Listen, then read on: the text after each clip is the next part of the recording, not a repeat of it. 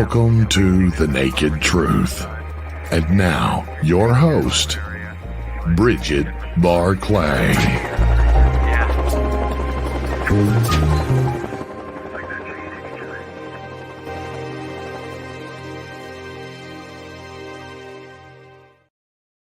Good evening, America, and a very good early morning here in England. And tonight I'm going to go back to a part 2 with Andy Decodes that was on last week. So go back and listen to his experiences. So Andy is an English experiencer. He has had lots of high strangeness and lots of paranormal experiences along with it. Last week we showed some of his encounters, and tonight I'll probably relap over a few of them, but some more encounters. And we left on a bit of a sort of a cliffhanger last week, which was that he saw a ghost at Rendlesham Forest, and someone else had picked up as well, had seen somebody there as well. But we'll go and talk about that in a minute. Right, let's get in because we haven't got a lot of time on our hands. Andy Decodes, are you there, please? I am. Thank you, Bridget. Hey, thank you for coming back for part 2. We couldn't leave on a cliffhanger. We couldn't leave. Everyone loves Rendlesham Forest, and and obviously so much goes on at Rendlesham Forest. Well, they just go there for UFO hunting, but that woods and the forestry there has a lot of high strangeness that goes with it. So we're going to go through quite quickly. We're going to recap for the people that didn't see it last week. Get on to like quite a few down on my page, and you'll see Andy's there. Go back and look at his encounters, but we are just going to show you first of all, just have a quick recap of number 1 race of Andy on his bike. And I believe that you were 8 at the time when you had witnessed, there you go, lovely craft on your bike. Just have a quick recap of that for people. Basically I was playing out on my bike Saturday afternoon or Saturday morning, been raining, just going up and down the estate that I grew up on, stopped on one of the corners. Don't know why, there's nothing that prompted me to do it. And just looked straight up and seen a craft very similar to that. Didn't have the lights on it, but had the like two-tone grey, so it's like 2 layers of metal. It was very nuts and bolts here. And then I was just sat staring, looking up at it. Brought my neck back down because I was getting cramp in my shoulders and neck. So that's some while you would have been looking at it then. And it was, and it was, I reckon, about between 120 and 150 feet above me. Okay. Because like I said, I went back a month or so ago to recap because of the documentary that I'm making. Yeah. And just stood in the exact same spot. Oh, how nerve-wracking. How did you feel going back there again? I was more thinking that someone might come out and remember me from back in the day. Oh, right. I was more bothered about that. It's like, quick, hurry up. Come on. Let's do it. Schoolmate. Schoolmate. But I know, having been back to the same spot in Los Angeles where I had my encounter, I didn't have enough time really to take it all in. But it is it's like, I always say, it's like returning to the scene of the crime. Yeah.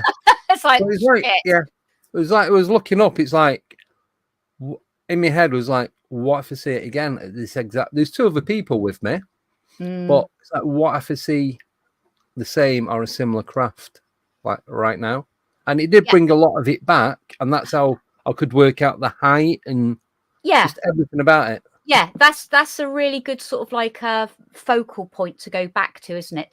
To the actual place, because then you can judge the distances of everything. And actually, as a thought, it would be really interesting with the craft, because you were 8 at the time, with the craft above you, right? It would be really, really interesting. We will never know. I've got goosebumps going to think for me to say this. If they know upstairs, them that were watching you, if they knew that you were back there, looking back down, like look at it like a human looking into a goldfish bowl, right? At that goldfish that you look at every day, I wonder if they knew that you were back there. That's a thought, isn't it? Anyway. Yeah. But also, I just forgot to mention, I reckon I'll do it for the American viewers. Yes. It must have been dimension-wise the length of a yellow school bus. Oh, the school bus. Yeah. High school bus. Yeah, about 30 foot plus, easily. All right. That will fall out the sky and make quite a heavy crash. Yeah, I wouldn't like it to land on the head, put it that way. No, No, but that just proves the weight of the object, right? Yeah. You know, right there. How the hell does it stay there at that point? You know, so Yeah. that in itself is something, isn't it? Very remarkable. Yeah. Right, we have number 2, the I call it the UFO bunny. You're there. Just go over that again with the silver orb Yeah. ball. So a few days off work, I was out checking the rabbits. It's middle of summer, so they're in an outside hutch checking they've got water. They're not dehydrated. They're not ill because of the heat. Giving them fresh straw and hay. And for some reason, I just looked up at the sky, clear blue sky, looking south. And so as I'm looking south, I noticed a silver metal ball in the sky. Now, like I said, when I first going through it, I was thinking it was further away and smaller. But the more, and after speaking to you a couple of weeks ago, it was nearer, further away and larger. But now, after talking to you, it is nearer and smaller. So Okay. carry on doing what I was doing, kept looking up. I was probably in the garden for about 20 minutes, half an hour. And when the last time I went back in the house, I looked up and it was still there. Anyway, next day, same routine. Had a coffee in that. Nice sunny day again. Checking the rabbits and just looked up. It wasn't even, I wonder if it's still there. I just looked up and it's a remembrance probably of what you saw the day before. It's just a typical thing to do, isn't it? Just look around again. Yeah. And it's like, oh, and that was that. Boom. So boom, it's back. And that was at that point, as soon as I noticed it on day 2, that was I know that they know. I know they're watching me, and that they know that I now know. So yeah, I'm confusing myself. But now go back to, obviously for the viewers that didn't see it, if they go back and watch it again, you're 27 at that point. So your first encounters at the age of 8 on the bike. No, I'm older than that. That's I'm probably about 37. Oh, okay. All right. I beg your pardon. I thought it was 27. Okay. All right. 37. Okay. So it was down the little alley from the house of where you went back to a couple of weeks ago, then, of where you. No. This one's in Milton Keynes in the south. The other one originally is from Swinton in Manchester. Oh, okay. Yeah. So I know there's a lot, and it's all kind of like interlocks and what have you. They all do. They all do. But I was going to say, if you were back at that place, I would have snuck down that little alleyway and just peeked over the fence. But yeah, right. So then, obviously we've spoken. You have had another encounter where you saw the silver balls where you were feeding the bunny rabbits, right? Which was with something completely, totally different. Now, if we're going to talk cryptozoology, you know, you've got various people that are into cryptozoology. I mean, I'm a huge Bigfoot person, but I've got Mike Patterson that I followed for quite a few years. He's on next week, guys. So for the American audience, he's on. He's doing his part 4 with Nefertia and some new vocals and new findings. So I'm very excited for that. But this is a part of cryptozoology, and you know, like Nick Redfern writes all of the books about it, all of the different things as well. So let's go race to the pterodactyl, right? Yes. So knows what a pterodactyl is, but I think he will show you for the audience if race is there. Yeah, there you go. You didn't photograph that, though. I'm just going to say that. I found that on, I think it was on Facebook. I was just So this image I found about 2-3 years later. I was just scrolling through Facebook and I seen it. No, this is about 3 years ago. I seen this. Okay. So it'd be 16. 1, 2, 3, 5. So this was about 9 years after the encounter. Okay. And so the story behind this, same back garden with the rabbits. Like I said, we had the shed opposite the double rabbit hutch. And the reason I put the shed there is if you stood in a particular spot in the garden, it blocks out all the artificial light. So I used to set my telescope up and look at the different constellations, stars. I used one of the star map apps so you could see what planets were in what area. So it was easy to find rather than just randomly looking through the sky and seeing what you could get. So I did that. I used to keep the telescope in the shed. It's just because it was one of those big Celestron telescopes. Yeah, I've got a big telescope. Yeah, so I'd done that, put it back in the shed, locked it all up, turned around to walk back in the house. Something caught my peripheral on the right-hand side. It's like the background now, so it was a clear sky. You could see all the stars and everything, no clouds, or very little cloud. And I just seen something just there, and I watched it. It wasn't moving fast, and it just went just above. So say my head's a roof line, and it just went all the way across. So if I'd have stepped forward a foot, I wouldn't have been able to see it. Okay. And I just watched it till it flew out of sight, and it was really dark tan brown color. Could see the underbelly, the legs, the wings. They weren't so much like that. There's more like bat wings. So where you've got the first bit that comes from the body, then you've got the middle part, then you've got a little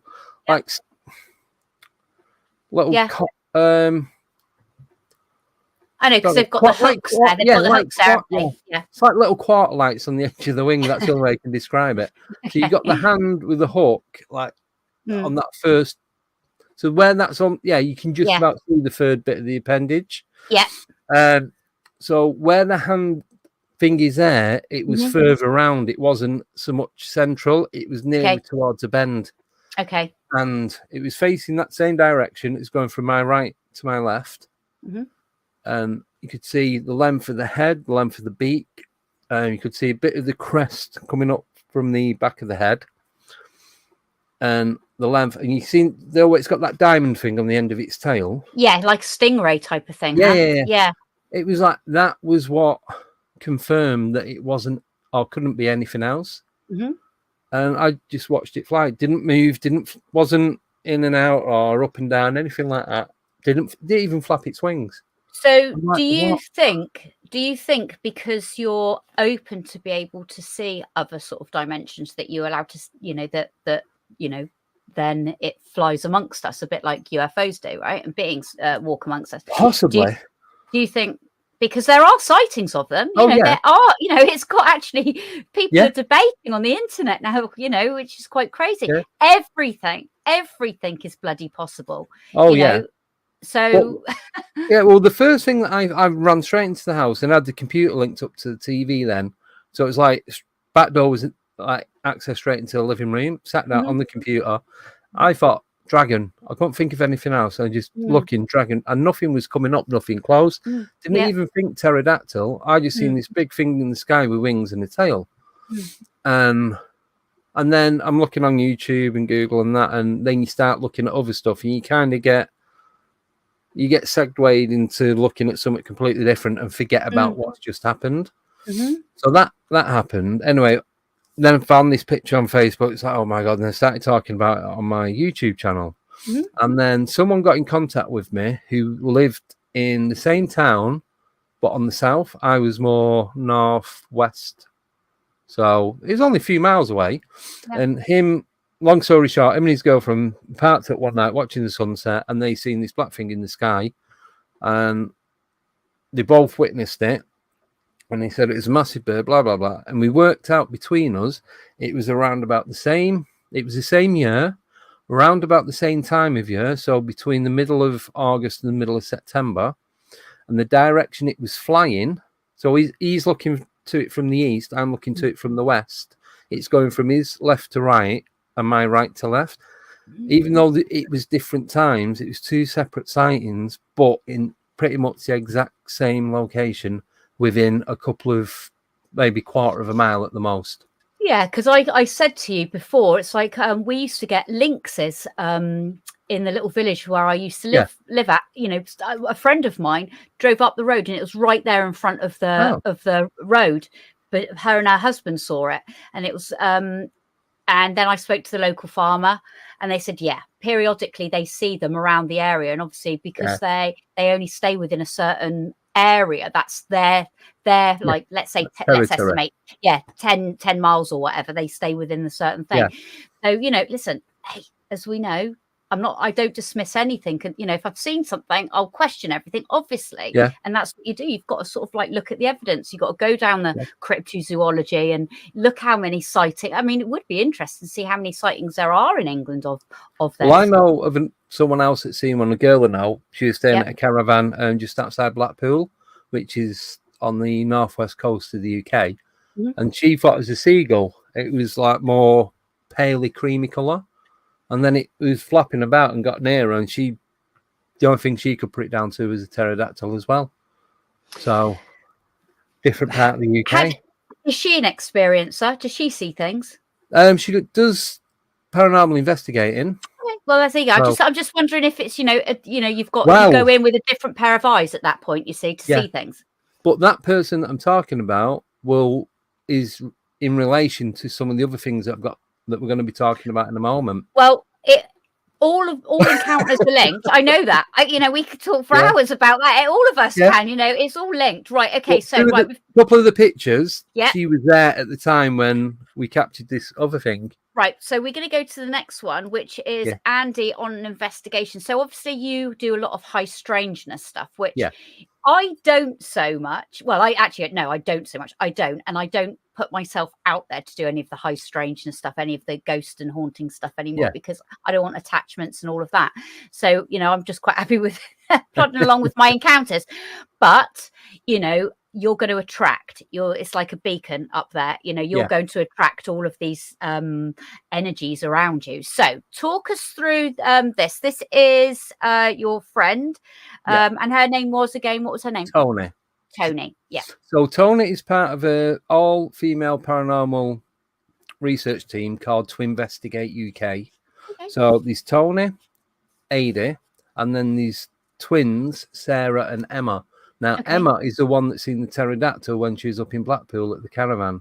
Is that what got her to form a group? No, they've always been into it, and they just all decided to team up. So, and Sarah sometimes co-hosts with me on my show as well. I think she was there when I went on your show. Yeah, I think she was. Yeah. Okay, so talk about this picture. So this one, I've gone up to Manchester for You're the looking weekend. serious. Cool, damn serious. So I'm live streaming there, so you can see me phone in the rig, and I've got all the lights and everything set up. Yeah. So there's myself, Simon, Darren, and my cousin Andy. Then there's Sarah, Emma, Tony, and Ada. And we'd met up and we'd gone to this particular part in Manchester. So there's a graveyard, an old graveyard on the top where they've took the gravestones down and made benches and a footpath with them. And then you go round you go round some steps down to the bottom, and it takes you down to a river. Okay. You know the big old, like 17 and 1800s. Yeah. Yeah, they've done it where I grew up. They had a footpath, and it's made up of gravestones. Oh right, but they are still in their resting place, right, underneath. Yeah, I don't think they moved the bodies. They just moved their headstones. Okay. Yeah. Oh, okay. So, all right, interesting. It's a bit like Hollywood's Walk of Fame, then. yeah. God, I don't know. Walk of the Dead. I don't mean a tour of the graveyard. Yeah, okay. Yeah. So so we're doing the stream. Nicole, who's the main co-host, she's in New York, and the power had gone down. There's no electricity whatsoever, so she was struggling. But there's another woman on called Michelle who's in Texas. So she ended up running the show, doing the studio side to it while I'm out and about, in field investigating. Yeah. And we're doing all that. So Michelle is talking about all these different things in the cemetery, and then what's going on down at the river. So the cemetery's up there, the river's down there. So like I said, you work down and go around. Okay. And so we cut through the cemetery to get to the river. We didn't really take any notice. And it was that dark, you wouldn't have been able to see what was going on. So we got to the river, and we all started getting weird feelings. We had the cat balls out with K2 meters. And we were just looking around. Simon's taking some photos. Adi was taking some photos. And we was asking questions, and Michelle was saying, like, she was getting these names. And there's one called Nathaniel. It was a little boy who... he died young. He had deformities, So all this is relevant to what's going on. So he died young, he had deformities. His father was a Saxton, which is like a vicar or a priest or something that worked at the church. Okay. So you had the river at the bottom. You had an old mill with the old, like with the water wheel on there. So that was part of it.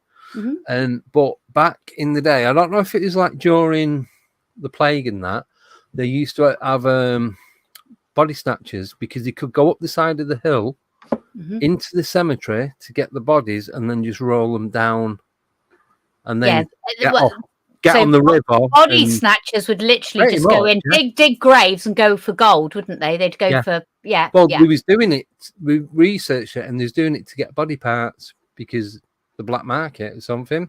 Really? So even back then. That is gross. Yes, very.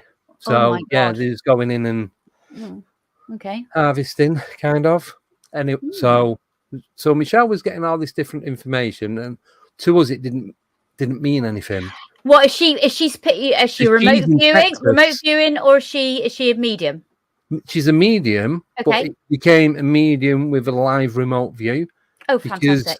Well, that's the same thing. So she's like 5,000 miles away. So we're in Manchester in the UK. She's in Texas in the US. How it works. And she didn't know where this was coming from. It's I the government. Told her. It's the government's best weapon. But I couldn't have told her anything because it wasn't until like 15 minutes prior to us getting there that we decided that was the location we was going to. Okay. And I didn't know anything about it. Even though I grew up, I didn't grow up in that part of the town. So we met up there and she's telling us all this stuff.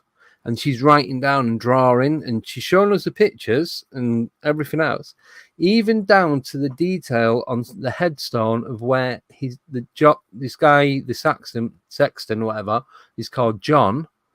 It had his name, and then it said he had so many children, and then on the floor was a headstone with the names of all the children. She was saying this Nathaniel died when he was 3. I think it's 2 or must have been. About 2-3 months old. It might have been. I can't remember the exact age. Yeah. Okay. But he said like he had deformities on the face and that. So we'd left the river.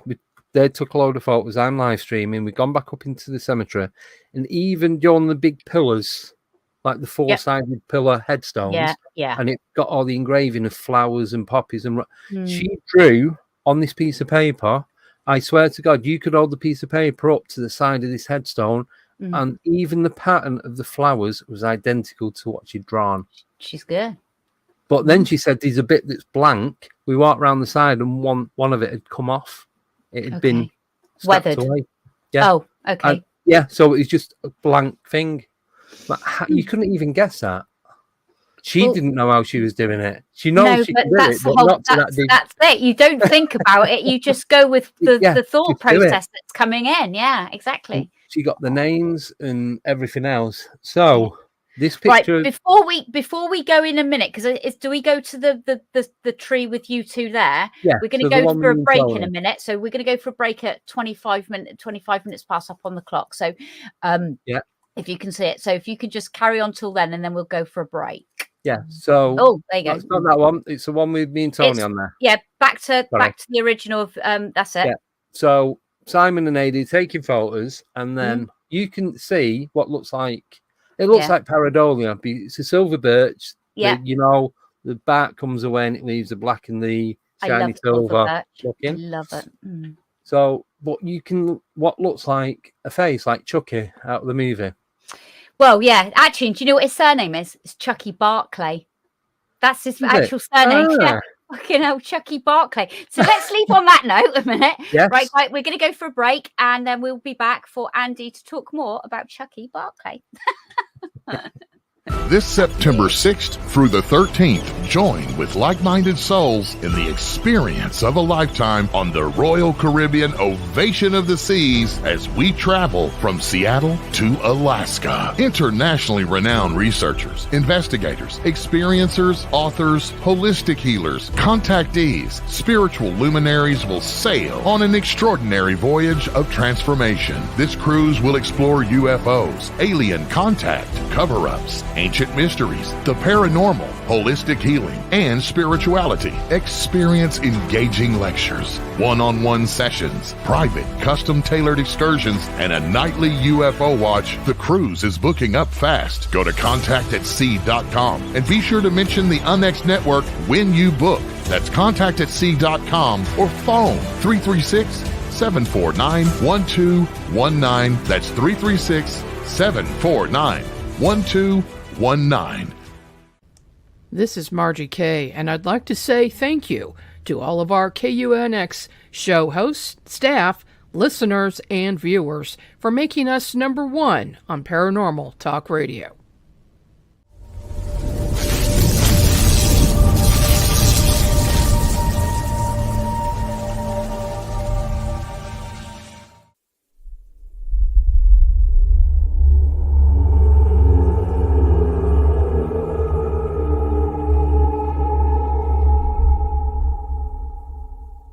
While most near-death experiencers return to this plane of existence with alluring tales of their time spent in the presence of the divine, what happens when one crosses the veil into the afterlife, into the void?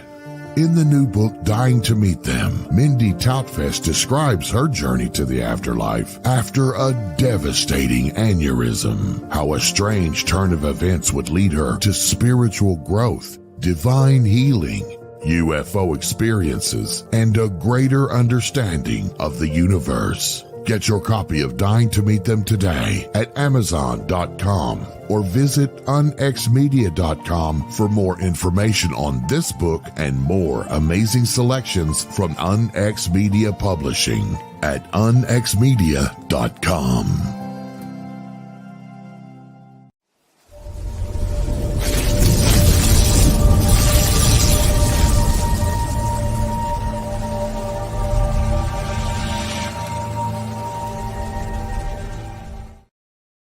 Welcome back to The Naked Truth with myself, Bridget Barclay, and Andy Decodes for part 2. So, Andy, we were talking about you being in the graveyard, and one of the ladies out in America, she, a psychic, remote viewer, had picked up names, the whole description of the I won't say tombstone, but it isn't. It's a gravestone. Tombstone. Yeah, go on then. Carry on, please. Yeah, so we was at this point was that where that photograph was taken, we're down at the river, and we didn't notice anything until we're all, like I said, between 8 of us, we're reviewing different footage. Yeah. And then we started seeing all this stuff. There's other things as well, but this was the main one. Okay. It was the face in the tree. Now, there are a couple more photos of that where it's just, you can clearly see it's a tree and nothing else. Yeah. But the more we looked in, like the photos, and we zoomed in, it just the face becomes 3D. It stops being pareidolia and becomes a real thing. So the main picture where it's like the crop version of this tree, you can see the hair, you can see the face, the nose comes out, even the lip. But it looks like they've got a hair lip. You know where it's cleft gone? lip. Cleft lip, sorry. And then that side of the face looks like it's all rotten away, like it's missing, like the bottom part of the jaw's gone. Okay. But it's like, look, you've got hair hanging down, like kind of covering it. And people in the chat also were doing research, and that was what they found, that this child had, I was just going to say, they found out this child had these deformities. That's why he was buried there. But there's a list of, I think the guy had like 11 kids, but they all died. You did back years ago, though, didn't they? They were always big families years ago. Yeah. Well, my mum, there's 10 brothers and sisters in total. So, gosh. Yeah, I know. But that's an example. That's a real example. All the kids died within like under the age of 3. But this is another weird thing as well. So on the gravestone, even though it was like placed on the floor, the death date was the 50th of November. 50th? The 50th. Okay. And some of the writing because obviously it's all chiseled in. Yeah. It was like they'd spelt the month wrong. Like October, they put an A in it instead of an E, and a H instead of the R. It might be old law writing, or I was thinking or, that, or it was done cheaper because they couldn't afford a proper gravestone, so maybe they paid someone, possibly. a cheaper person to do it. You need to sort of like but I only seen that one because we had a look at a few of the others that were around there, but it was like made up dates, but we still worked it out pretty much to in like a week of when it all happened that this is what went on. Okay, so what else did you have happen that night then? There. Oh, so as we're walking down along the river, there's a bridge coming over and there's a couple of slats missing. It's probably about a 20-foot drop down into the river. And as I'm walking over it, I was feeling the urge that I wanted to climb down and get into the water. That is not me. I don't do that. That's like, like poltergeist stuff. Yeah. And it was like, I didn't hear any voices or anything, but I had to like snap myself out of it. Like, whoa, what's going on? Possessed. That's what you were. Yeah. And it lasted a few seconds, but it's like really strange. And the other thing is, so we walked onto this bridge, not all of us, and we walked down. Simon. No, Simon. I don't know if Simon did or not. I don't think he did. There you go, Simon. He'll tell you. He'll tell you whether he did or not. Yeah. So there's a tree at the side of it, and we just all walked on. I'm 5'10". Simon's 6'4". Tony's 6'2". He's really tall. Yeah. And we're all, even the girls were quite tall. So there's no one short, if you know what I mean. Everyone was 5.5 foot plus. Yeah. So we're coming back off. Nothing wrong with short people. No. I won. Yeah. Hello. And the tree, we had to duck right down. It had dropped about 2-3 foot. I mean, we walked straight on. That's right by the water, though, right? That's right by the water. So it might have, listen, I'll always play devil advocate. It could have sunk a little part of the ground there because it's so much near to the water. But this is only like 2 minutes from us walking onto the bridge. But it's just the branches they'd overgrown was blocking. Okay. The exit from the. Yeah. And it's like, we're all like, that wasn't like that before. We just walked straight past it. And it's right. So it had changed. Your surroundings had changed. Yeah. So whilst we was on the bridge having a look around, we turned around to come off and it's like the tree was blocking It's like, where the hell did that come from? Okay. Yeah. All right. Okay. It definitely wasn't like that before. Because you've got to remember also what you're doing is your perception to everything is high strangeness. Your perception's really open because it's dark. You're more heightened with what's going on. But when something out of the extraordinary happens, you do take you do take note. So we have now the close-up picture. If Race can put it on of the face. So if you look, you can clearly see the eyes, the nose, the mouth, the top lip comes out. Like I see what you mean. You can see down one side, it's like strands of tissue and muscle, like part of the lower jaw's missing. Well, I could see like a horn up at the very top as well, so you could look at it in lots of different ways. And the eye that you could say, like the left side that I'm seeing could be like a grey eye slanted. The other one could be. You can. It's like read different things, It's like you can see an eyeball in it. You can see the nose, the nostrils. The bridge on the nose. But in the other photos, it's just it's like someone's drawn. It's like someone's drawn it and then it's come alive. Yeah, well, it's an imprint. It could be like like ghosts and hauntings. There is an imprint in the house of the people from the past, isn't there? And that's why they call it a haunting. Yeah. So so we'll go to because obviously I do definitely want to hear about the Rendlesham ghost. But let's go to the church bench because you're still at the same place. So we've got a daylight. Is this the same? Oh no, this is a different one. This is near where I live now. You like hanging out at churches. Note to self: do not go up and see Andy and Simon. They like hanging around churches, churchyards. Yeah. Right? Okay. So we've got a daylight picture of just the churchyard that you go to. Yeah. So this is local to where I live, And Good on old that England. bench, yeah, towards the left-hand side. So it was one of the first investigations that I did on the YouTube channel. It was me and this lad called Mark, and we're walking around, and we split up. He'd gone up to like behind the bench, up to where the cross is and the trees in the background. Yeah. I'm more down to the right, where the lower grave headstones are, and that's where the road is where you drive into the cemetery. Okay. So that's a daylight image. Right, so that's a daylight image. So let's go to part. let's go to the night image, because we got a few night. No, not that Right. one. Yeah. Oh, no. not, That, oh that's, yeah. Okay. All right. Okay. All right. So I'm walking through, and I'm doing a live stream, and I'm shining my torch, and I thought, oh, Mark's sat on the bench. I'll walk over to him. Jokingly, I say, it'd be funny if it's not, and I'm blinding a stranger. Yeah. Lo and behold, that's what I was doing. It wasn't Mark. So this is 9:15 at night. It was 3 years ago. I think. What am I looking at there? Am I looking at it from the side angle? That Oh bench, no! Oh shit! No, sorry. I'm looking at it from right straight on. Yeah, I'm looking pretty at much, straight on. yeah. Yeah. Kind of Okay. straight Right. on. Yeah. Straight Well, on. that Yeah. silver birch is to the right-hand side. So Okay. I'm walking down. So he's got a jacket on. I thought the cap. silver birch was at a different churchyard. No. So the one where you've got the empty bench, there's another silver birch. Oh, okay. So All right. Okay. I'm near that now. Okay. So I'm walking over. So I had my body harness and my GoPro on. So we're recording as I'm moving, and it's picking up all the audio. Yeah. Yeah. So I go over. I apologize for blinding him.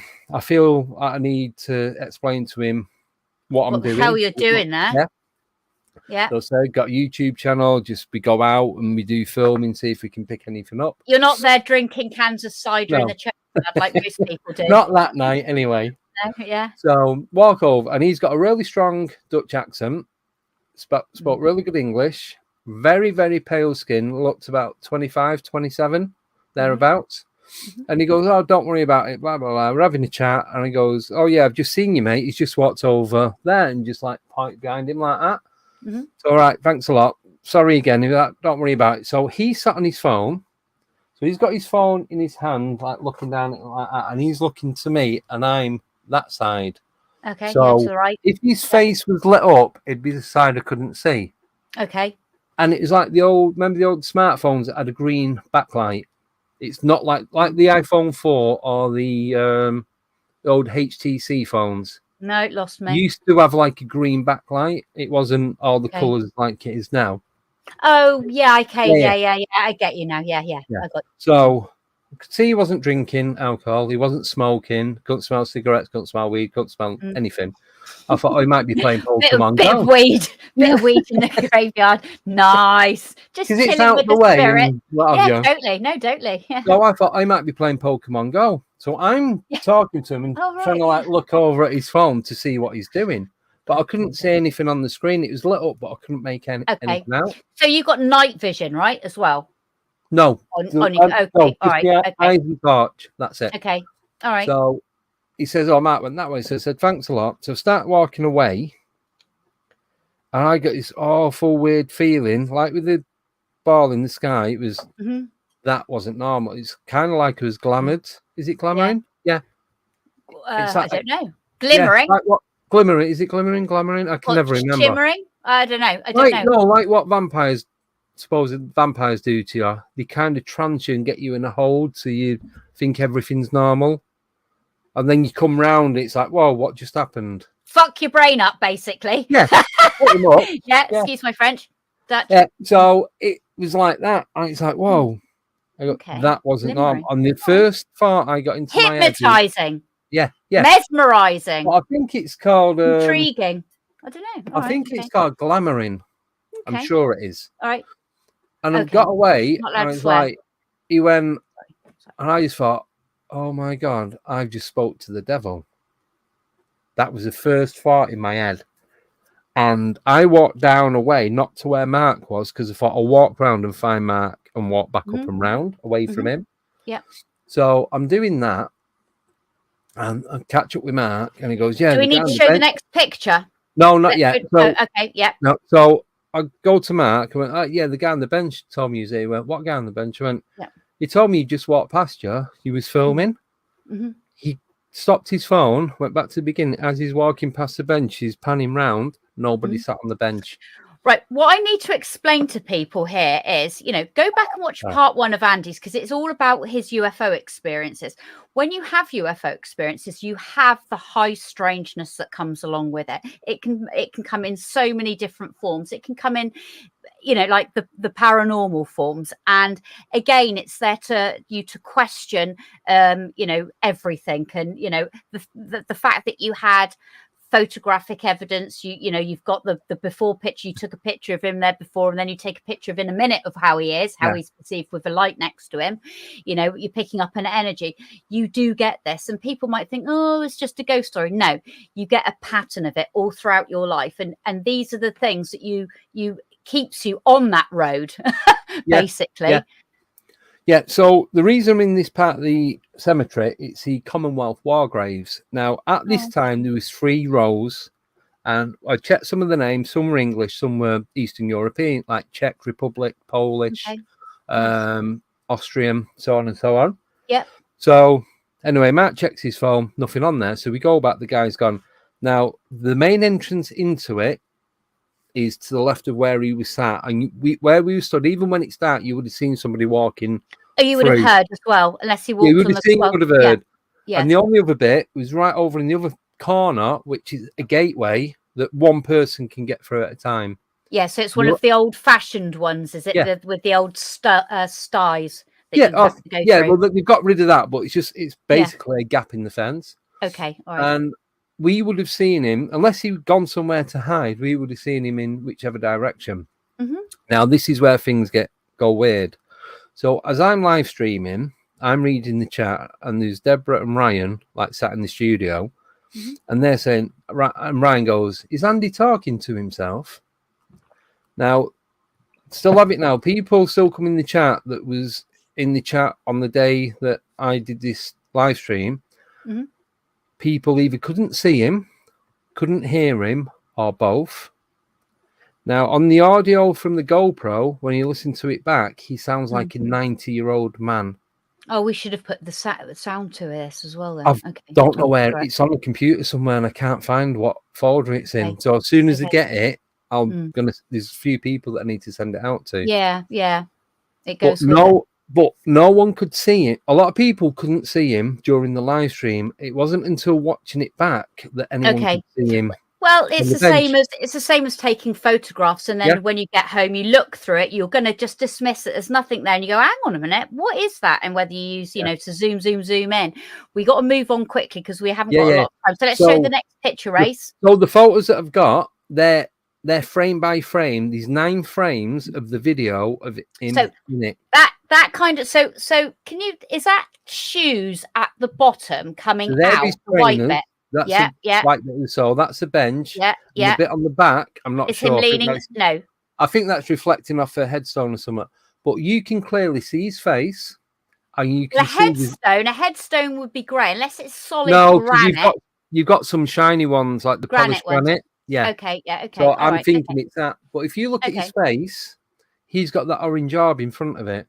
Yeah. Now, if you have a proper look behind it, you can clearly see his face.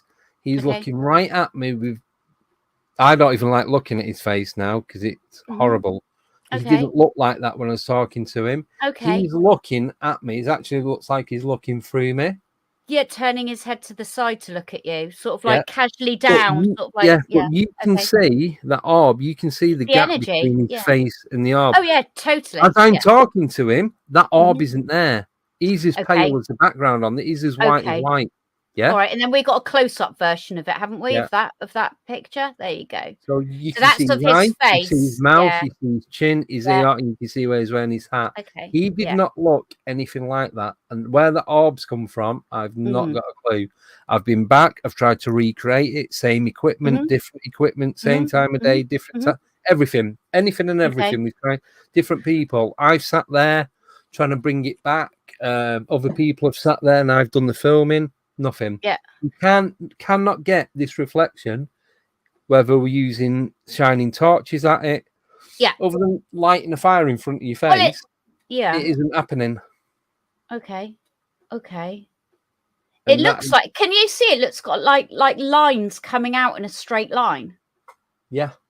Yeah, so it looks like, like eyelashes do. But I mean, they're not eyelashes, but like you've got lines coming out, and then they sort of like drop down. Does that make sense? Sort of like they're coming out. Hang on, where's my fingers in this thing? It's like, hang on, where's my finger? They're coming out. Yeah. Okay. But his hands are on his lap. He had his phone in his right hand, and he's looking at me and he's talking. Now, if that was my torch, it'll lit everything up. But when you zoom right out on the other photos that I've got saved, you can see where the torch, because obviously it's curvature, it stops at his feet. It stops before the bench.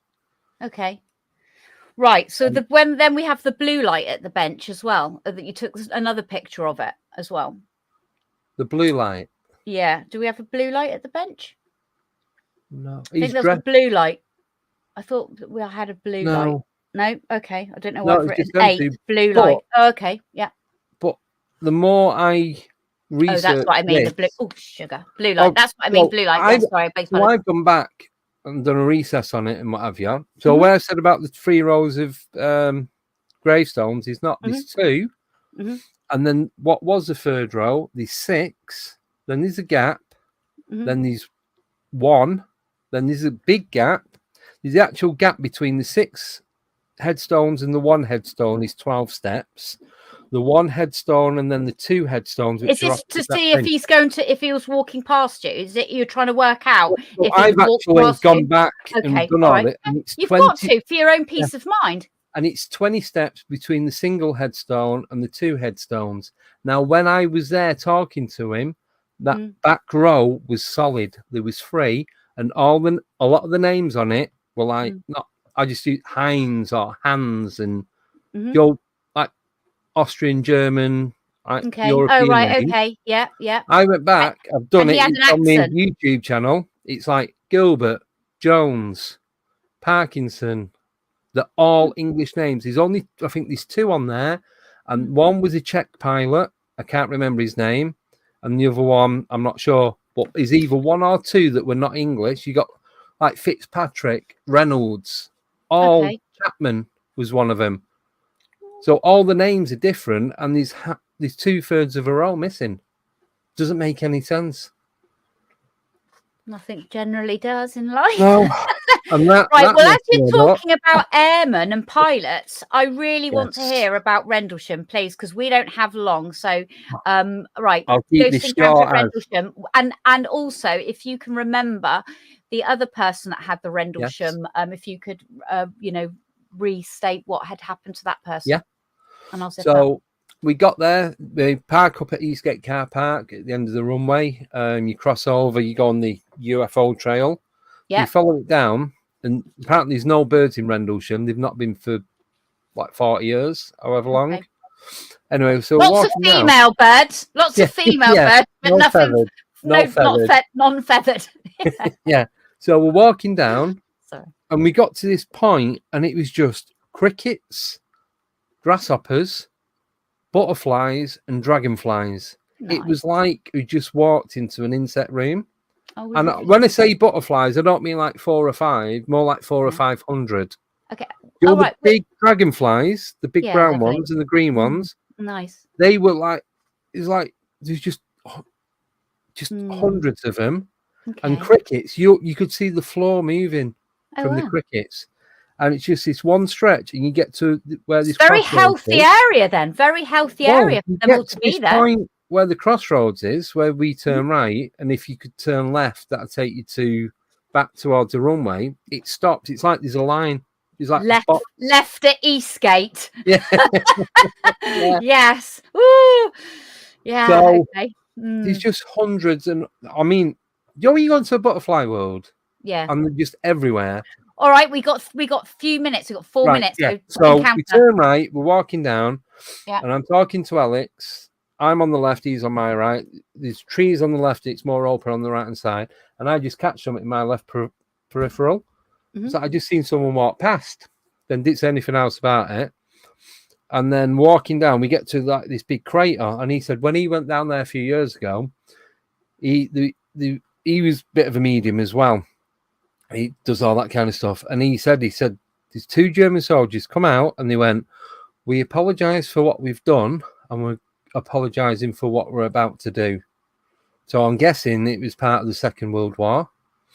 And when he's saying that, it's like that person ghost thing that I seen, it was like 3-4 trees deep in the woods, had a grey felt like uniform with the collars up, where the square cut collars and the funny shaped hat. As soon as I got back, straight on the internet, and I typed in SS World War II uniform, and it came up with that. And I'm sat here now where I am. I'm like, oh my God, the shape of it, the cut, just everything about it. Well, you got lots of sadly, lots of deaths there, lots of airmen not coming back or being brought back in the I don't know what planes flew into Rendlesham back then in the war. I don't know. I don't know. No, Fires. okay. Yeah, they're us though, aren't they? We English I don't know. Spitfires. Okay, no, that's I don't know. Interesting. So have other people picked up ghosts there at Rendlesham? Yes. Yeah. Okay. Yeah. All right. Quite a few. And we had the K2 meter just quickly. We've gone to a part of the. There's nothing. There's no pipeline. There's no electric cables. No water. Nothing. I had the digital K2 meter on the tray, and the numbers were just going up and up. It's like, how is the energy doing that? Well, it must have been natural energy. Well, yeah, it depends what's underneath the ground, or it depends what it is literally static picking up another form of energy. Are you talking like Geiger counter type stuff? Yeah. Okay. Yeah. So well, hey, listen, the one I got. Sometimes I use my phone and it's like bloody like being at Skinwalker's Ranch. It does all these different things to the point of like, I'll just put it down my phone and it just does whatever it wants. Yeah, it's got radiation meter on it. It's a trimeter. Yeah. And all the numbers were going up. It's like it shouldn't even be doing anything. And I'm putting it next to my phone and it's dropping to 0. Everything's dropping. As soon as I put it back on the tray, 2, 3, 4. You know, again, it's when we sort of like we're knowing that we're going to a place and we know that that's got a massive history behind it, right? Yeah. You're instantly opening yourself up for something to happen, you know, or because you're open to the awareness of it. So, you know, I'm not surprised that you're going to have encounters there. Some people will if they. Can I give you 2 more quick encounters? Yeah, you've got 2 minutes. You've got to go. I can do it less than that. So when Alex has been, he's been run off the road by plain black Jeep type black windowed vehicles. There's another lad that I know from Manchester. He went, him and his partner, they're driving back and there was a chihuahua stood at the side of the road. This is like 2, 3, 4 o'clock in the morning. That could be lost. It could have, I'll always play devil's advocate. Yeah, chihuahua. He's around there for like, you're like 2 miles from the nearest house or a mile and a half. I know, but I on this one, I might say that someone has lost their dog at that point, and I would be heartbroken, and it's like wandering around for food, it's like cats stray away and then they come back days later. And before that, though, yeah, he had rattling like he'd left a cup of something on top of the roof. So he got out of luck, there's nothing there. Then this chihuahua, then something else happened. Then a load of deer just ran out in front of him. He's like, right, we just need to get out of here. It's just one thing after the other. He was literally spooked. What a lightweight. Yeah. Oh, I need to go with you. Bring it on. Bring it on. Yeah, but it's just, but then the one with Alex, he had the MI, he thinks it was Men in Black and, whether it was to do with the military, I don't know. But there are tunnels in there because they've got big concrete covers over them. Yeah, I know. With metal straps holding them all down. So well, next time you think about doing a Rendlesham sort of like shindig, put me on the list because I would be interested. I've always wanted to go there. So it's Sizewell, isn't it? It's just by Sizewell, the nuclear power base, isn't it? Rendlesham. Suffolk. Yes, but Woodbridge. Woodbridge. Yeah, but there's a big you've got the big still nuclear power base up that way. Oh, I think so. I'm not sure. Sizewell. Yeah, it's called. I just know where it is. That's it. Yeah, an active nuclear power base, let me tell you. Right, we're going to have to love and leave you, everybody. Thank you ever so much, Andy, for coming back on for part 2. Please go and watch Andy's or listen to Andy's UFO encounters in part 1, which was a couple of things back, or sorry, go onto the Unexplained Radio, go onto their website, and we are there, and it will look onto my playlist, and it's there. Thank you, Andy. Thank you so much. Good luck with your podcast tonight, and thank you again, everyone listening to me waffle on with Andy and his encounters with the unknown and high strangeness. And it's goodbye from me. Bye. Bye. Bye, Andy.